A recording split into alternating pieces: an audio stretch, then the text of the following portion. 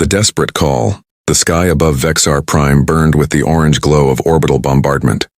Ambassador Crick stood in the emergency command bunker 300 meters below the surface, watching the tactical displays paint a picture of systematic annihilation. The Dominion Empire had arrived 7 days ago, with a fleet of 200 warships, and the Vexari defense forces had lasted exactly 43 minutes. Now, millions of Vexari citizens huddled in underground shelters while Dominion drop pods fell like deadly rain across the planet's surface. The enemy wasn't interested in occupation or resources. They wanted complete subjugation, the kind that left a species broken and servile for generations. Crix had seen it before on other worlds, but he never imagined his own people would face such a fate. The communication console before him displayed a growing list of rejected aid requests. Each name on that list represented a supposed ally, a trading partner, or a member of the Galactic Accord who had sworn mutual defense. Each rejection felt like watching another door close on their survival.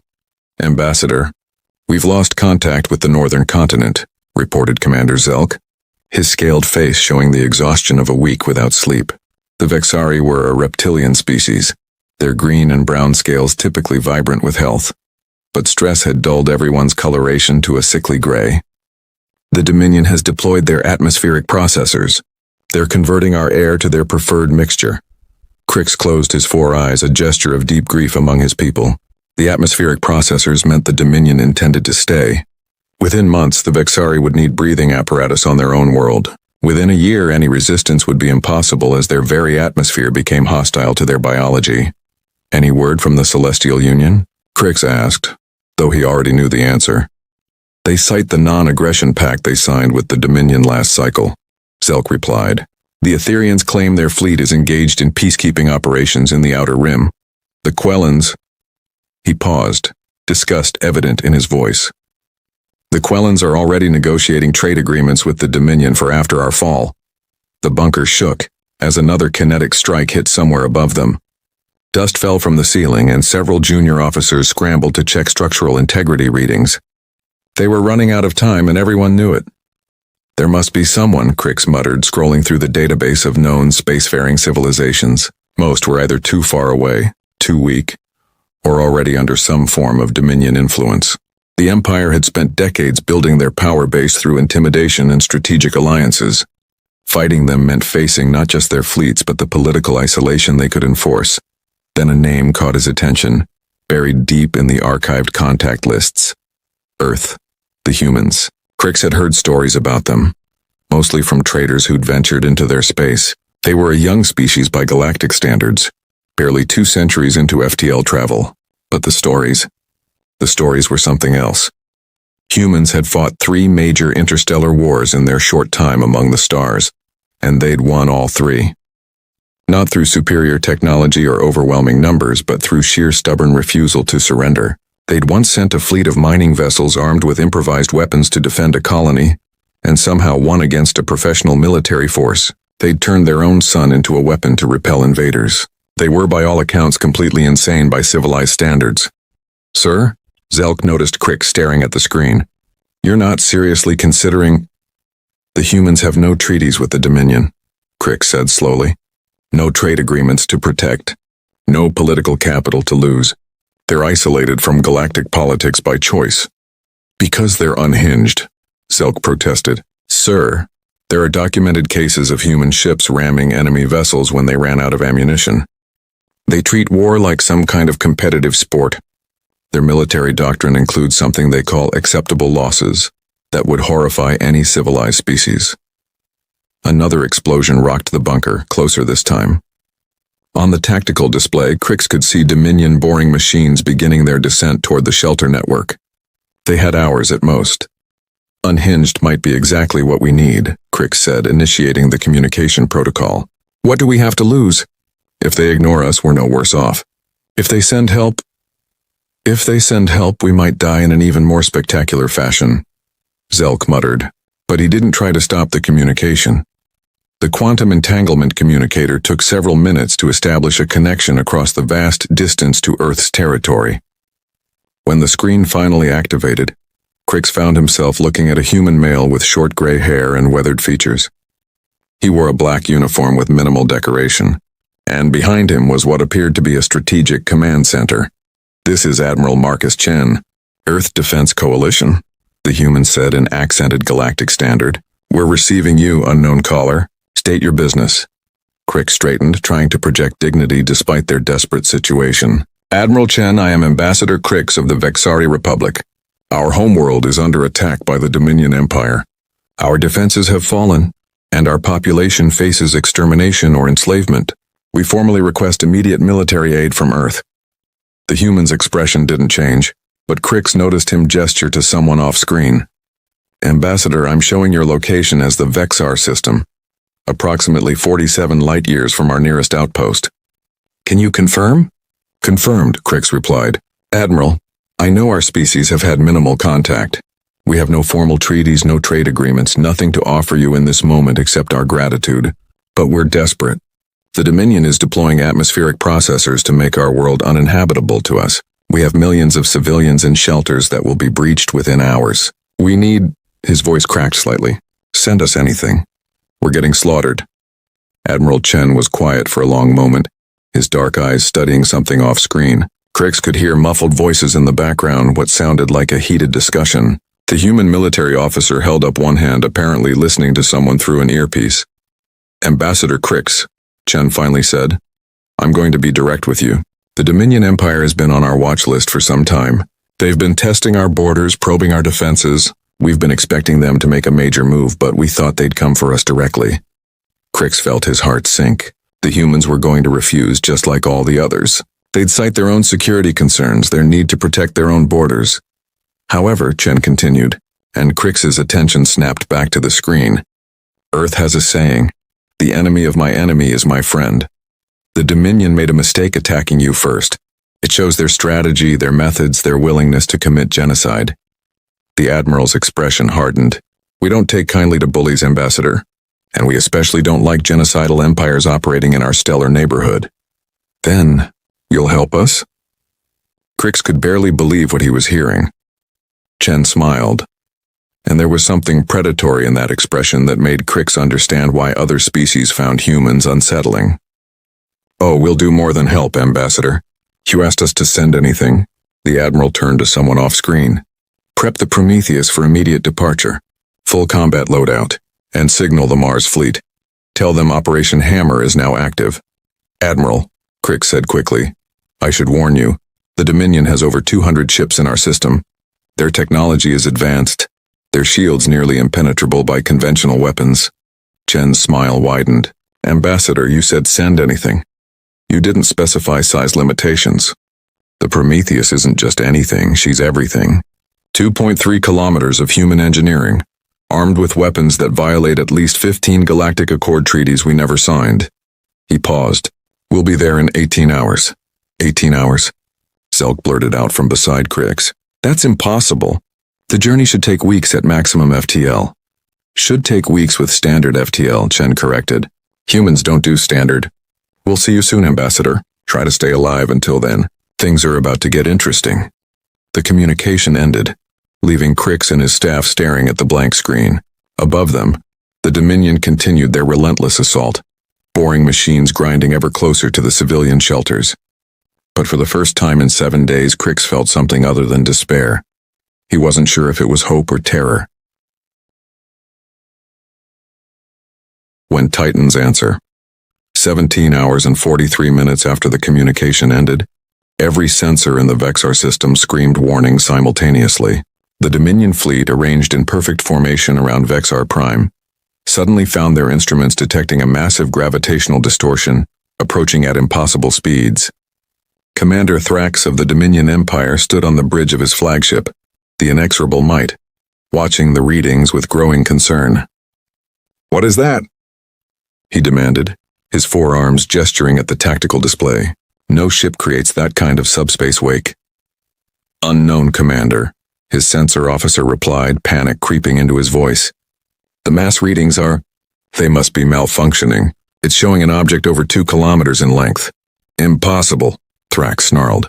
"No species builds warships that large. It's impractical, inefficient." His words died as reality tore open 300,000 kilometers from his fleet's position. The tear in space was visible to the naked eye.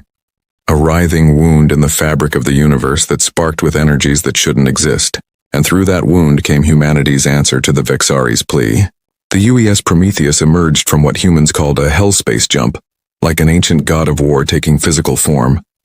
At 2.3 kilometers long and nearly half a kilometer wide, it dwarfed every ship in the Dominion fleet.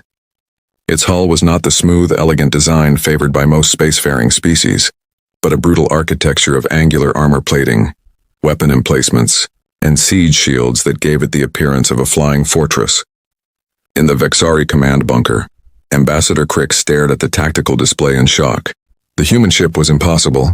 It violated every principle of efficient starship design. The power requirements alone should have been prohibitive. Yet there it was, real as the death it promised. By the ancestors, Commander Zelk whispered. It's not a ship. It's a mobile battle station. The Prometheus wasted no time on dramatic announcements or demands for surrender. Instead, it immediately launched what appeared to be several hundred smaller craft from bay doors along its hull.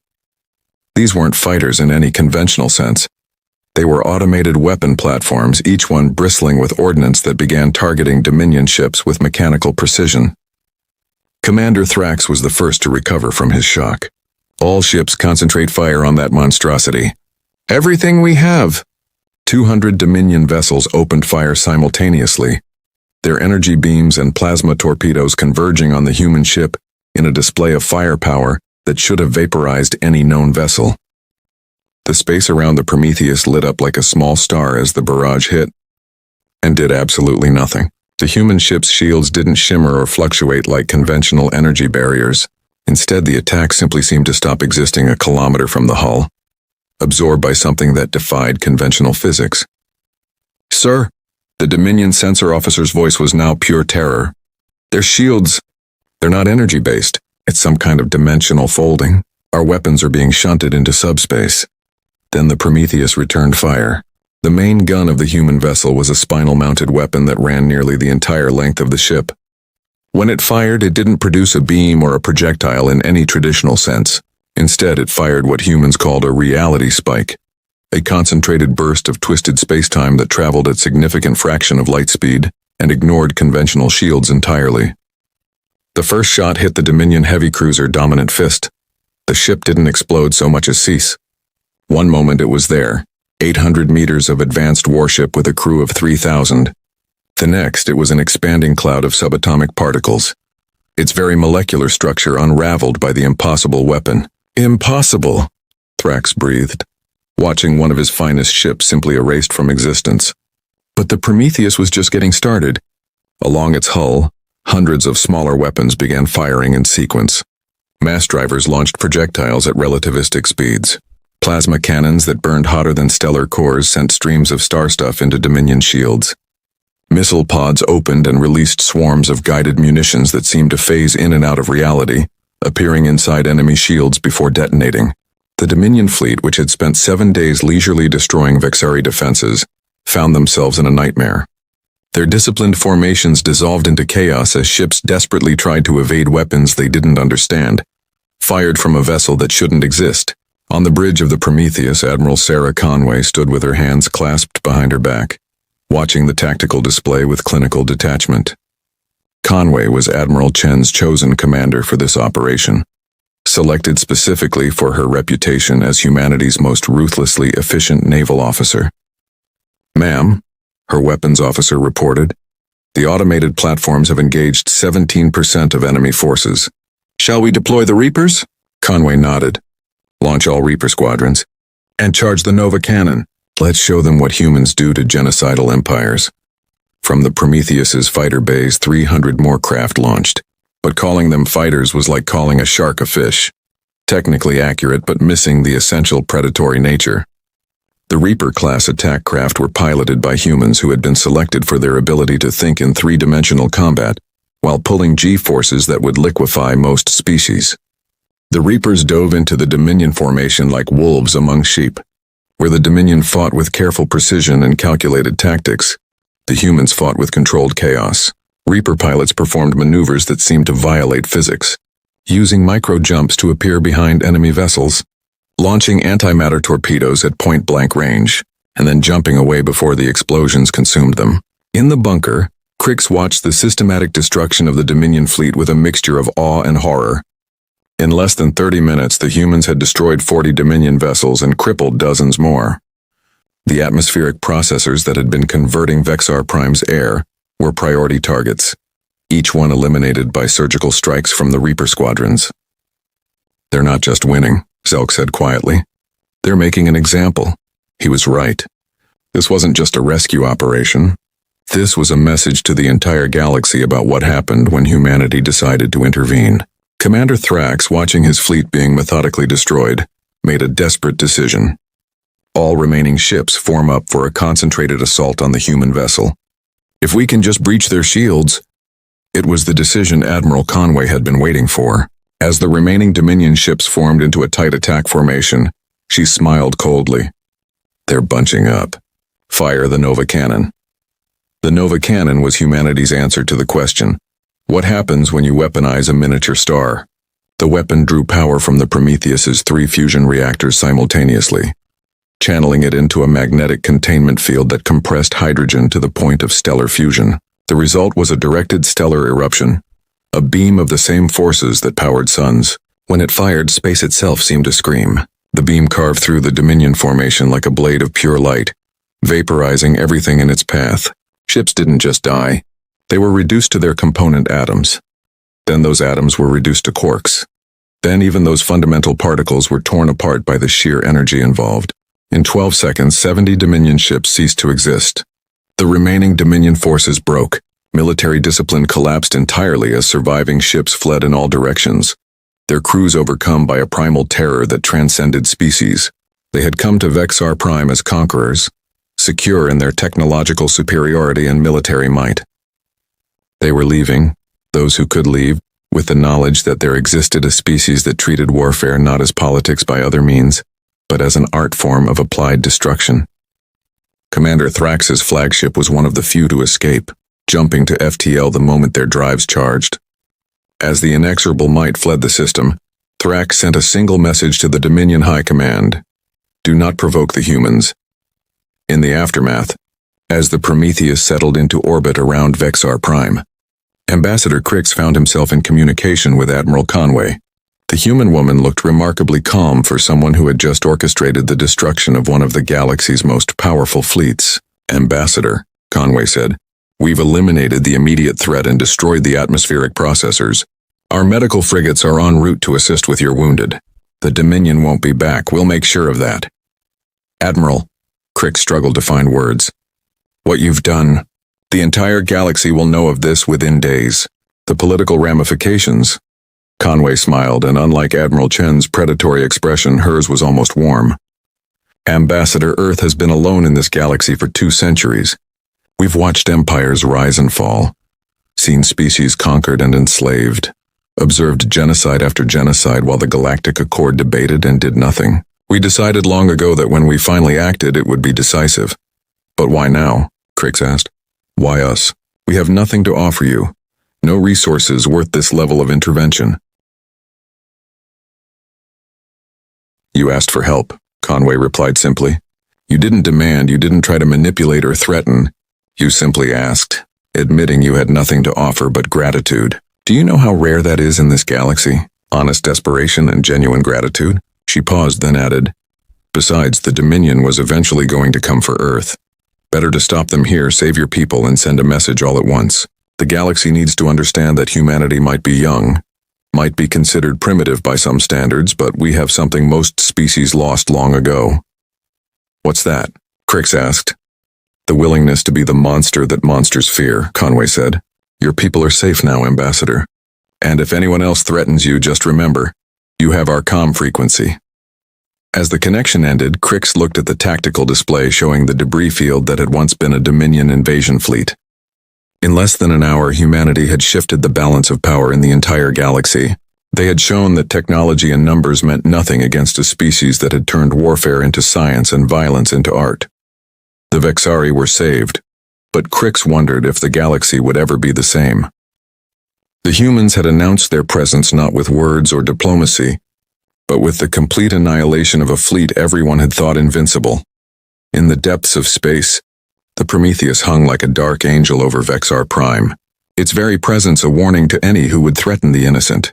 Earth had sent more than a warship. They had sent a declaration. Humanity was done watching from the sidelines. The age of human intervention had begun,